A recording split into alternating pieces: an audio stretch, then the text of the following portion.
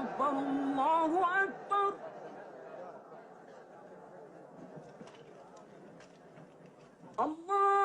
الله أكبر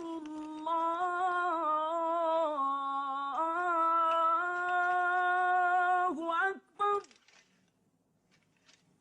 أشهد أن لا إله إلا الله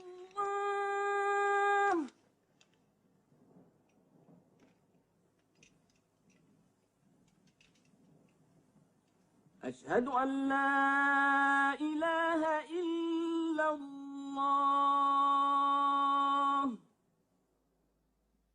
Et il en fut ainsi. Mahomet ne prit aucune revanche, et il n'en autorisa aucune. Il déclara la Mecque territoire sacré. Nul ne pourra y verser le sang, ni abattre un arbre, ni tuer quoi que ce soit de vivant à la Mecque. Bientôt, toute l'Arabie fut convertie. Non seulement à la nouvelle religion, mais aussi aux nouvelles lois, aux nouveaux usages établis par l'islam. Le prophète avait vécu le temps d'accomplir son œuvre. Mais un jour, il commença à ressentir les prémices de la mort. Il lui restait à accomplir le dernier acte de sa prophétie, mettre le sceau à la religion. Il rassembla son peuple, et pour la dernière fois, il lui adressa le message de soumission à Dieu et de l'humanité à l'homme. Ô peuple, écoute, car je ne sais si je pourrai y revenir l'an prochain. Tu partageras ta nourriture avec celui qui n'en a point. Tu le vêtiras comme tu es vêtu. Un jour tu te présenteras devant ton Dieu et tu devras rendre compte des actes que tu auras commis. Ô vous tous qui êtes présents, faites parvenir ce message aux absents. Vous descendez tous d'Adam, et le plus digne de vous auprès de Dieu est celui qui le craint le plus. Réfléchissez profondément à ce que je viens de dire. Que toutes vos querelles soient abolies. Tous les musulmans sont frères. Entre musulmans, il ne doit exister ni race, ni tribu. Les biens d'un frère sont inviolables, sauf de son bon gré.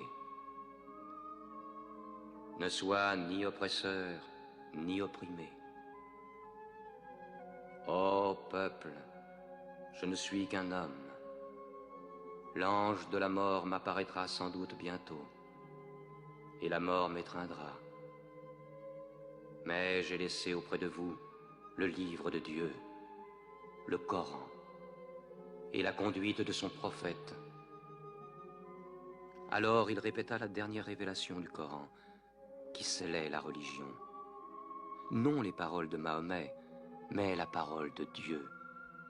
Ce jour, j'ai parachevé votre religion, j'ai terminé ma mission auprès de vous, et je vous ai choisi l'islam pour religion. Mahomet mourut dans sa 63e année, le 8 juin de l'an 632. Bon nombre de ses fidèles refusèrent de le croire.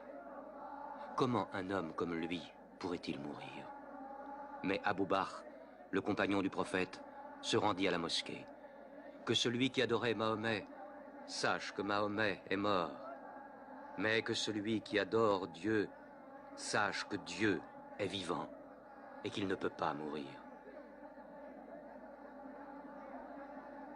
Mahomet fut enterré près de sa mosquée, à Médine.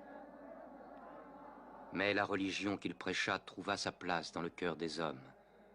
Elle s'y fortifia, elle s'y multiplia.